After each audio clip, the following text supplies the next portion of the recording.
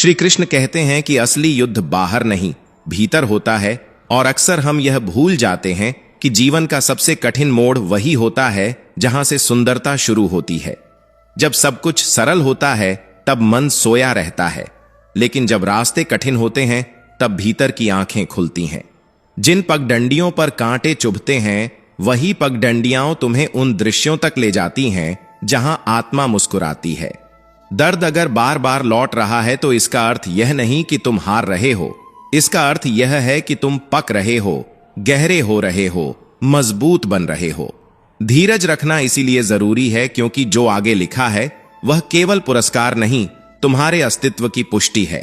कभी ऐसा लगेगा कि हर दिशा में दीवारें ही दीवारें हैं, जैसे रास्ता ही खत्म हो गया हो, लेकिन सच यह है कि दीवारें इसलिए नहीं होती कि तुम रुक जाओ, वे इसलिए होती हैं ताकि तुम्हें खुद पर विश्वास हो कि तुम छलांग लगा सकते हो, चढ़ सकते हो और पार कर सकते हो। चुनौतियां तुम्हें सीमित नहीं करती, वे तुम्हारे भीतर छिपी शक्ति को बाहर बुलाती हैं, और यही वह क्षण होता है जहां डर या तो तुम्हें तोड़ देता है या तुम्हें गढ़ देता है। इसलिए रुकावट को देखकर पीछे मत हटो, उसे देखकर भीतर हिम्मत जगाओ, क्योंकि हर ठोकर तुम्हें जमीन से नहीं समझ से जोड़ती है। श्री कृष्ण यह भी कहते हैं कि सबसे गहरी चोटें अक्सर वहीं से आती हैं जहां हमने सबसे ज्यादा भरोसा किया होता है। जिन हाथों को थामकर हमने खुद को सुरक्षित समझा, कभी कभी वही हाथ छोड़ जाते हैं।